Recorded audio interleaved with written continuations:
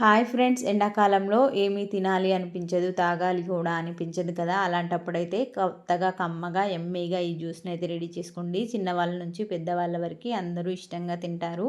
Morning బ్రేక్ఫాస్ట్గా కనుక ఈ జ్యూస్ని చేసి ఇచ్చారంటే లంచ్ వరకు కూడా ఆకలి అనేది వేయకుండా ఉంటుంది ఫ్రెండ్స్. అంత కమ్మగా ఉంటుంది, అంత ఎనర్జీని ఇస్తుంది. అలాగే మన బాడీకి కావాల్సిన ప్రోటీన్స్ని, కార్బోహైడ్రేట్స్ని, అన్నింటిని, మినరల్స్ని కూడా అందిస్తుంది.